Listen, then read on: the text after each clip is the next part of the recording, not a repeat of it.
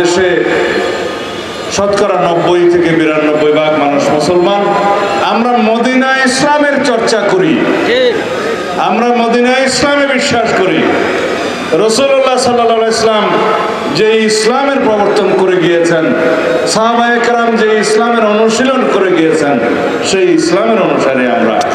এখানে আমরা মওদুদি ইসলামের অনুসারিত নয়। সুতরাং যারা ফিরকা ফিতনা তৈরি করে বাংলাদেশে মুসলমানদের মধ্যে বিভ্রান্তি সৃষ্টি করতে চায়, তাদের কাছ থেকে আমাদেরকে সাবধান হতে হবে। বাংলাদেশের মুসলমানকে সহি দ্বীনি ইলম অর্জন এবং অনুশীলনের রাস্তা উন্মুক্ত করে দিতে হবে। এই জন্যই আমি এখানে এসেছিলাম, শুনতে এসেছিলাম এবং বিশেষ করে আপনাদেরকে এই দাওয়াত দিতে এসেছিলাম যারা আমাদের মধ্যে বিভ্রান্তি সৃষ্টি করতে চায় এবং সেই বিভ্রান্তি সৃষ্টির জন্য ইসলামকে ব্যবহার করতে চায়, তাদের কাছ থেকে আমাদের দূরে থাকতে হবে। এখানে কোনো রাজনীতি নয়। আমি তো পয়লাই বলেছি যে আমাদের হচ্ছে পয়লা দিন বাদ মে দুনিয়া।